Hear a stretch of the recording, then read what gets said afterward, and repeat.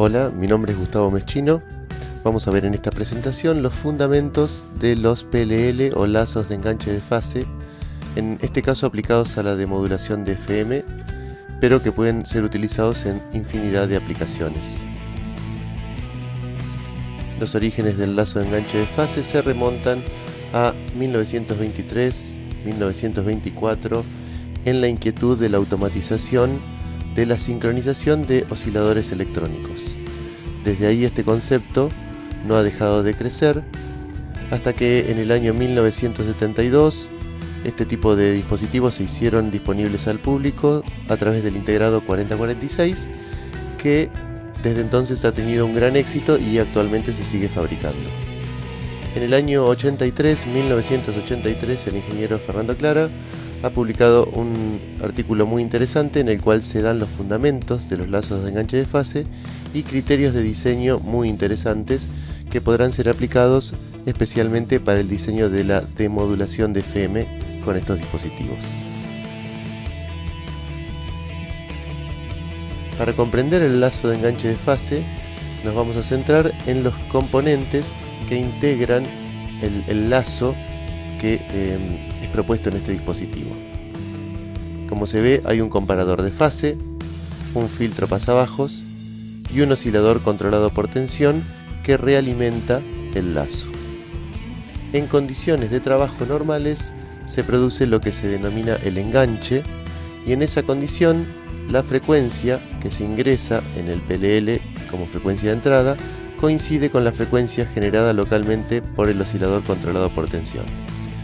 Estas dos frecuencias entonces son iguales, pero tienen un desfasaje que es leído o capturado por este comparador de fase. La señal a demodular la representaremos con esta expresión genérica de una señal que puede tener la portadora modulada en FM o no, y la señal generada internamente está representada por esta expresión. Como se ven, omega i y omega 0 van a ser iguales en condiciones de enganche. Y aquí se representa el esquema genérico del 4046 que ofrece dos comparadores de fase, y nosotros vamos a centrarnos en el comparador de fase 1. En análisis posteriores se podría ver el comparador de fase 2 que ofrece sus características particulares. Vamos a comenzar recorriendo los bloques que componen el lazo de enganche de fase. Primero vamos a centrarnos, como estamos viendo, en el comparador de fase, que se puede asemejar a una compuerta XOR, dado que la salida está en 0 cuando las entradas son iguales y en 1 cuando las entradas son distintas. En esa condición vamos a tener un tren de pulsos cuyo valor medio es proporcional al desfasaje entre las dos señales que ingresan en la entrada de la compuerta. Si logramos extraer el valor medio, entonces tendremos una transferencia entre desfasaje en la entrada y tensión en la salida proporcional. Por eso tenemos la curva esta lineal hasta que el desfasaje es pi, 180 grados. Para más de eso, la señal comienza a ser, o el desfasaje comienza a ser confundido, y más de pi en realidad puede ser leído como que es menos de pi, por ende esta curva empieza a bajar. O sea que el comparador de fase solo actúa bien en el rango desde 0 hasta pi, donde ofrecerá la máxima tensión de salida, que es la tensión de alimentación. El oscilador controlado por tensión es el encargado de realimentar el lazo y es el que produce el efecto de sincronismo entre entrada y salida. La transferencia de un oscilador controlado por tensión es precisamente una tensión en la entrada que produce una frecuencia proporcional a esa tensión en su salida, y que podría tener una frecuencia mínima cuando la tensión de entrada es nula. Este efecto puede analizarse en este gráfico que relaciona la tensión de entrada al VCO con la frecuencia de salida del VCO. Hay un caso particular de este dispositivo, el PLL, que ocurre cuando no se ingresa señal en la entrada o bien la entrada es puesta a masa. En ese caso, la comparación de fase va a ser efectuada solamente con la señal generada por el VCO. Es decir, el VCO ingresa al comparador de fase, quien se compara con una señal puesta a masa.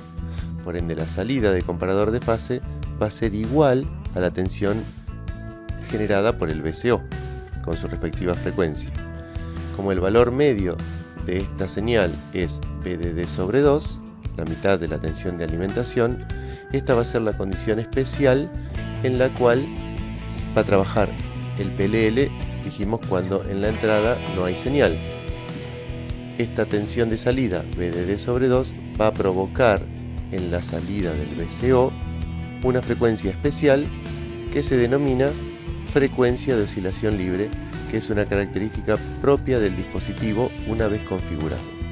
Esta frecuencia de oscilación libre depende de las características del VCO y de algunos otros parámetros de configuración del PLL. Un concepto fundamental para el tratamiento del PLL es el concepto del rango de mantenimiento, que es el rango de frecuencias en el que, una vez que el dispositivo está enganchado, se mantiene en ese estado, sigue enganchado. Para hacer un análisis de esta situación, lo que vamos a hacer es abrir el lazo, como se muestra en esta figura, y entonces vamos a suponer que hay un desfasaje en la entrada y, como hemos puesto la salida original que estaba en esta posición y luego el VCO en cascada, la salida del ciclo abierto va a ser este cambio en la frecuencia. Es decir, un cambio en el desfasaje va a producir un cambio en la frecuencia. El máximo cambio que puede producirse en el desfasaje es pi. Es la máxima diferencia de fase que puede existir en la entrada de este bucle. Kc es la constante de comparador, F especializado en omega c es la transferencia del filtro pasabajos y K0 es la constante de transferencia del oscilador controlado por tensión.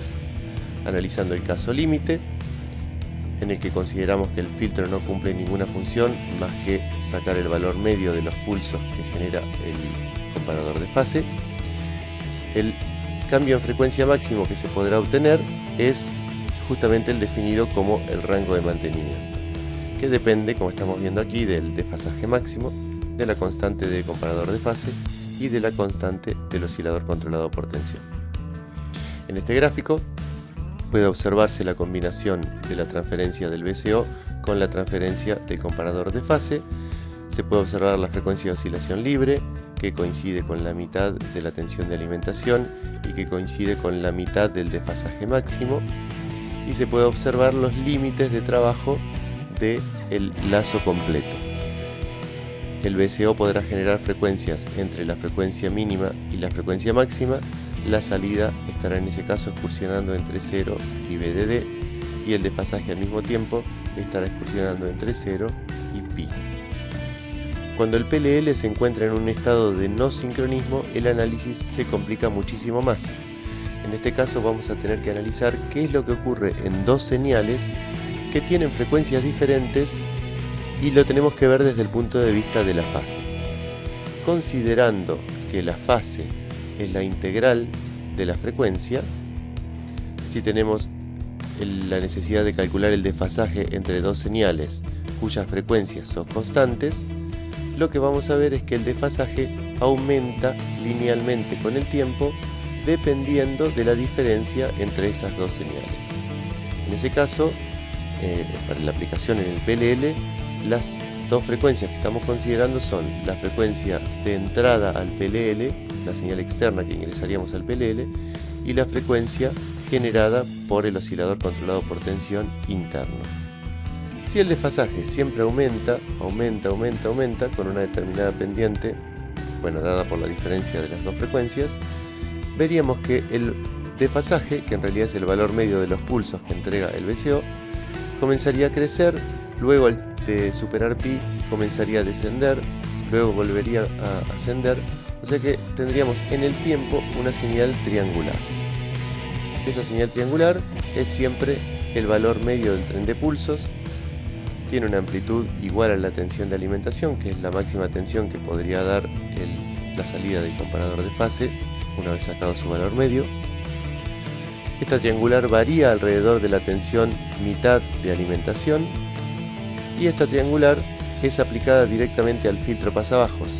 Por ende, el filtro pasabajos, además de sacar el valor medio de los pulsos, atenuaría esta triangular, pues no dejaría pasar las altas frecuencias de la misma.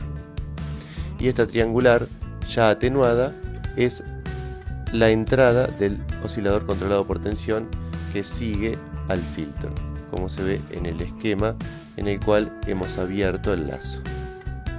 El filtro ahora tiene un rol preponderante, pues no solamente saca el valor medio de los pulsos que salen del comparador de fase, sino que además va a atenuar a la triangular más o menos según sea su frecuencia.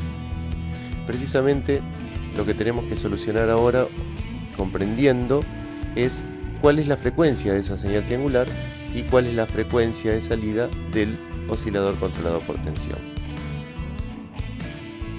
Para resolver los planteos que nos hicimos sobre esta señal triangular tan particular, vamos a intentar comprender cuál es su frecuencia, sabiendo que en el comparador de fase se produce un batido entre la señal de entrada y la señal de salida. Este batido puede explicarse por la característica multiplicadora que tiene el comparador de fase para dar su señal de salida.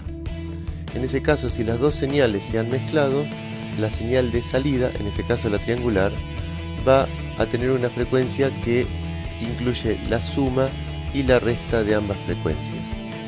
La suma produce una señal de muy alta frecuencia que va a ser directamente atenuada por el filtro pasabajos, y la diferencia de las dos frecuencias va a ser justamente la frecuencia de la señal triangular, como se observa acá en la expresión de su periodo.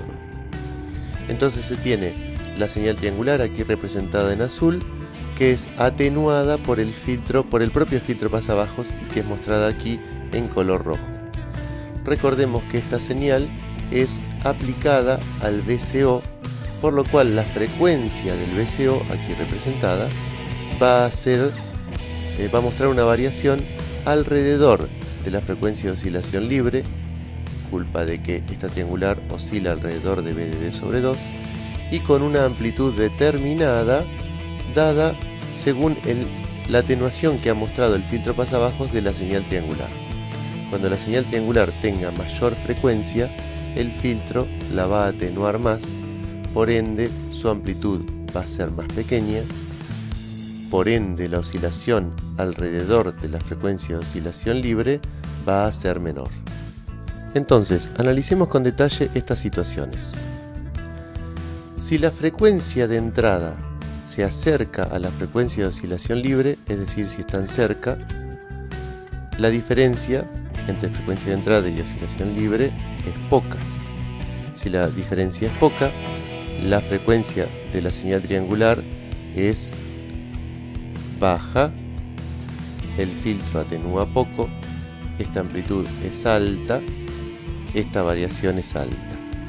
O sea que si la señal de entrada se acerca a la frecuencia de oscilación libre, hay una gran probabilidad de que en algún momento la frecuencia del oscilador local, o sea del VCO, se iguale a la frecuencia de entrada. Si eso ocurriera, se produciría el enganche. Por el contrario, si la frecuencia de entrada se aleja de la frecuencia de oscilación libre, entonces el periodo de batido se achicaría, lo que quiere decir es que la frecuencia de la triangular ha aumentado. En ese caso la triangular va a ser más atenuada, y al ser más atenuada, la variación alrededor de la frecuencia de oscilación libre de la frecuencia va a ser menor. Entonces, aunque este pico sea el máximo posible, va a estar alejado de la frecuencia de entrada, y entonces es imposible que se vuelva a enganchar el PLL para su funcionamiento. Muy bien, según todo lo visto, vamos a analizar entonces cómo calcular el rango de captura. Para esto consideramos nuevamente el ciclo del PLL en un bucle abierto, de modo que la salida sea la frecuencia que otorga el VCO. Y entonces ahora el cambio en la frecuencia con respecto al cambio de fase está definido por la constante de comparador, la constante del VCO igual que antes, pero ahora el filtro pasabajos cumple un rol fundamental. De hecho, se debe considerar su transferencia a la frecuencia a la que varía su entrada. Recordemos que la entrada es la señal triangular, el valor medio de la salida del comparador de fase.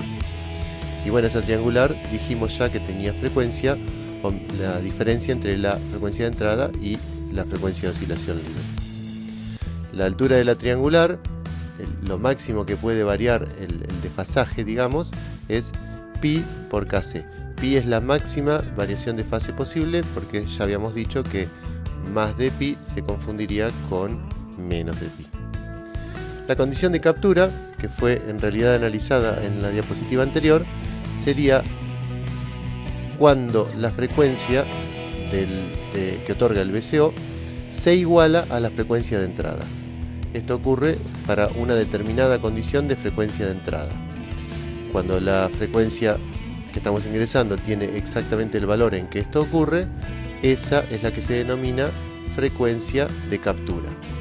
Entonces definimos al rango de captura, porque sería desde la frecuencia de oscilación libre esa frecuencia por arriba y esa frecuencia por abajo, y la definición de la condición de captura estaría dada entonces por esta expresión, que se puede analizar con más detalle. En particular, si el filtro es un filtro de primer orden RC, solamente en el caso de que el filtro sea un filtro de primer orden RC, entonces la transferencia del filtro se puede expresar en base a su relación entrada-salida, y se simplifica con esta expresión alrededor de la frecuencia de trabajo, si se cumple que la frecuencia de trabajo es muy superior a la frecuencia de corte. Es como que se linealiza la transferencia del filtro, y entonces así, operando con esta simplificación, se llega a una relación entre la frecuencia de rango de captura y las frecuencias del rango de mantenimiento a través de la frecuencia de corte del filtro. Pero repito, esto es solamente para el caso en que el filtro es un RC de primer orden.